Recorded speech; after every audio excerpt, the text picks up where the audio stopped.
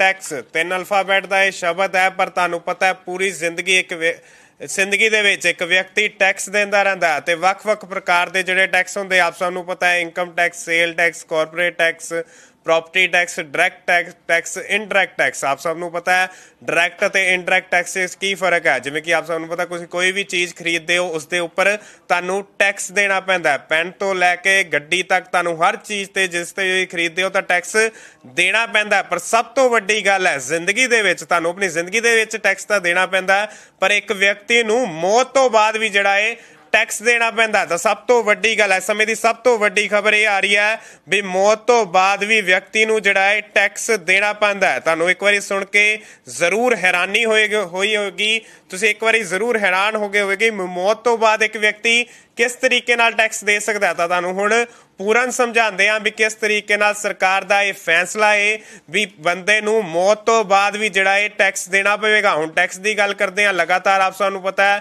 भी टैक्स भी लोगों ते वधदा जा रहा है, टैक्स का भार भी वधदा जा रहा है, बदले विच लोगों नूं किन्ना कुछ मिलता है भी आप सबनूं पता है। जरूर रोड टैक्स भी लिया जाता है, ट्रांसपोर्टेशन टैक्स भी लिया जाता है, पर सड़कों के किस तरीके के हालात है वह भी आप सबनूं पता है। पर हुण जिहड़ा मौत तो बाद टैक्स देना पैंदा है उस दे बारे भी तुहानूं पूरन तौर पर जानकारी दे दिंदे हां भी एक व्यक्ति की मौत हो जाती है तो उस तो बाद भी उन्होंने टैक्स देना पवेगा। तो टैक्स देगा कौन, सब तो वड्डा सवाल ये उठता है। तो उसका जिहड़ा वारिस होएगा, कानूनी वारिस, वो ये टैक्स देगा। तो हुण सब तो वड्डी गल आंदी है, लोग ये सोचते हैं भी यह टैक्स काहदा होएगा।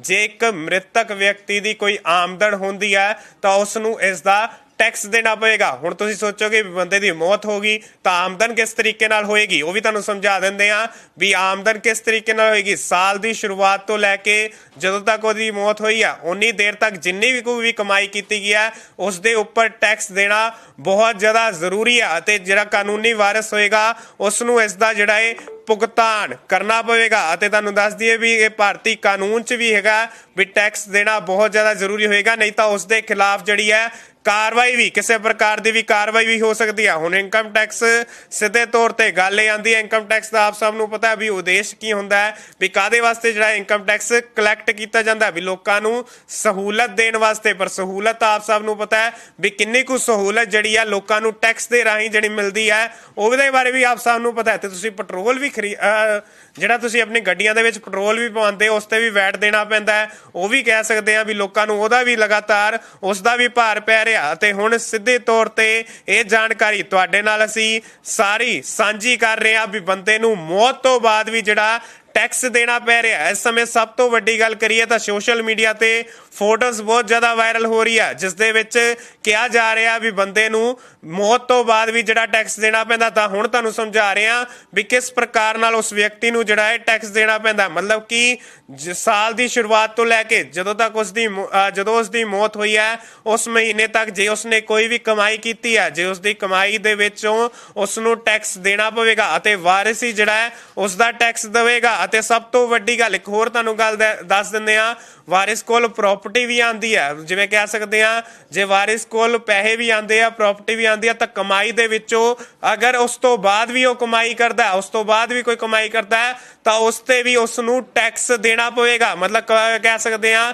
ਵੀ ਵਿਰਾਸਤ ਜਿਹੜੇ ਉਸ ਨੂੰ ਪੈਸੇ ਮਿਲੇ ਹੁੰਦੇ ਹਨ ਜੇ ਉਸ ਤੋਂ ਕਮਾਈ ਕਰਦਾ ਹੈ ਤਾਂ ਉਸ ਦੇ ਵਿੱਚ ਵੀ ਸਰਕਾਰ ਜਿਹੜਾ ਹੈ टैक्स लैंदी है। हुण तुसीं भी लगातार साडे नाल जुड़े हुए हो, कमेंटां दे विच लगातार दसो भी तुहानूं की है सही लगदा है या नहीं लगदा, क्योंकि सब तो वड्डी गल है जे बंदे दी मौत हो जाती है तो उस तो बाद भी उन्होंने यह टैक्स जिहड़ा है देना पैंदा। मतलब कि सीधे तौर पर टैक्स जिहड़ा है मौत तो बाद भी पिछा नहीं छड्डदा। जरूर व्यक्ति जदों जीवित होंदा तो उन्होंने हर प्रकार का टैक्स जिहड़ा है देना पैंदा है। उसनूं यह लगदा भी मैनूं सरकार हमेशा कोई ना कोई फैसिलिटी जिहड़ी है देंदी रहेगी, पर सरकार किस तरीके दी फैसिलिटियां दे रही हैं इस बारे तो आप सबनूं जिहड़ी जानकारी जरूर आप सबनूं पूर्ण तौर पर जानकारी है।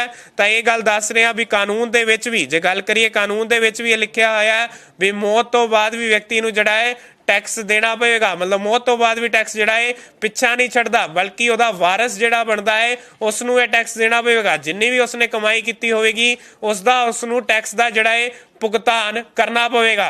सकाल डेली पोस्ट पंजाबी देख रहे हो तुसी ते मैं हाँ कुंवरजोत सिंह। टैक्स तीन अल्फाबैट का यह शब्द है, पर तुहानूं पता है पूरी जिंदगी एक ਜ਼ਿੰਦਗੀ ਦੇ ਵਿੱਚ ਇੱਕ ਵਿਅਕਤੀ ਟੈਕਸ ਦਿੰਦਾ ਰਹਿੰਦਾ ਹੈ ਤੇ ਵੱਖ-ਵੱਖ ਪ੍ਰਕਾਰ ਦੇ ਜਿਹੜੇ ਟੈਕਸ ਹੁੰਦੇ ਆਪ ਸਭ ਨੂੰ ਪਤਾ ਹੈ, income tax, sale tax, corporate tax, property tax, direct tax, indirect tax. ਆਪ ਸਭ ਨੂੰ ਪਤਾ ਹੈ ਡਾਇਰੈਕਟ ਅਤੇ ਇਨਡਾਇਰੈਕਟ ਟੈਕਸ ਵਿੱਚ ਕੀ ਫਰਕ ਹੈ। ਜਿਵੇਂ ਕਿ ਆਪ ਸਭ ਨੂੰ ਪਤਾ, ਤੁਸੀਂ ਕੋਈ ਵੀ ਚੀਜ਼ ਖਰੀਦਦੇ ਹੋ ਉਸ ਦੇ ਉੱਪਰ ਤੁਹਾਨੂੰ ਟੈਕਸ ਦੇਣਾ ਪੈਂਦਾ ਹੈ। ਪੈਨ ਤੋਂ ਲੈ ਕੇ